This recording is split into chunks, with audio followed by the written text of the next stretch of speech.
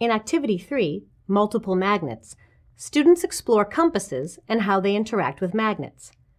They observe the interaction between a magnetic field and a compass needle, then demonstrate an increase in the strength of a magnetic field by increasing the number of magnets, and finally, record evidence of the increase in strength of the magnetic field. You will need the following materials from the kit: Activity Sheet 3, Parts A and B, compasses, bar magnets, and rubberized magnets. You will also need to provide metric rulers. To prepare for this activity, make a copy of Activity Sheet 3, Parts A and B for each student. Set all of the compasses to be used in this activity on a non-metal surface, as the iron in some metals will interfere with the magnetic field of the compass. Each pair of students will need one compass, one bar magnet, 7 rubberized magnets, and a metric ruler. To begin the activity, inform students that they will be exploring the strength of magnetic fields. Encourage speculation by asking students, if you place 2 or more magnets together, do you think the strength of the magnetic field will be increased? Accept all responses, but do not reveal the answer. Next, distribute 1 bar magnet and 7 rubberized magnets to each team and a copy of Activity Sheet 3, Parts A and B to each student. Have the students use the bar magnet to identify the poles of the rubberized magnets. Students will discover that the poles of the rubberized magnets are located on the flat surfaces rather than at the ends. Then distribute a compass and a ruler to each team and allow time for the students to observe how the compass behaves. One end of the needle will always point to the magnet when the magnet is placed near the compass.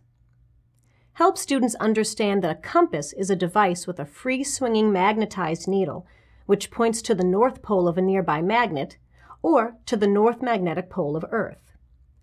Ask students, what effect does a magnet have on a compass? Guide students to realize that a compass needle is actually a small magnet with a north and a south pole, and the ends of the needle are either attracted to or repelled by a nearby magnet, depending on the orientation of the magnet. Next, review the directions for Step 2 of the activity sheet. Students will place their compasses on a non-metal surface, then rotate the compass case so that the N is directly below the colored end of the needle. Position the ruler as shown on the activity sheet. Students will then observe how the compass reacts to the proximity and the number of magnets as described in Steps 3 through 5. Remind students to slide their magnets toward the compass with the flat side of the magnet facing the compass.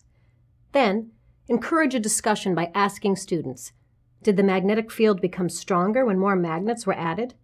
How did the number of magnets affect the distance at which the compass was influenced by the magnets? They should have seen that the magnetic field became stronger and the distance increased with the addition of each magnet. Finally, ask students, which had more effect on the compass needle, the north pole of the magnet or the south pole? Were there any differences between the experiments with the north pole and the experiments with the south pole?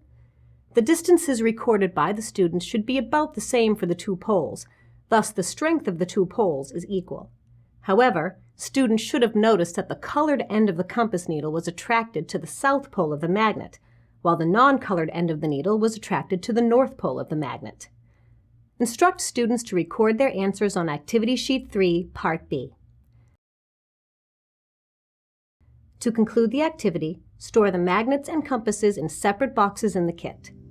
For science background, reinforcement activities, curriculum connections, and information about the Delta Science Reader, please consult your DSN Teacher's Guide.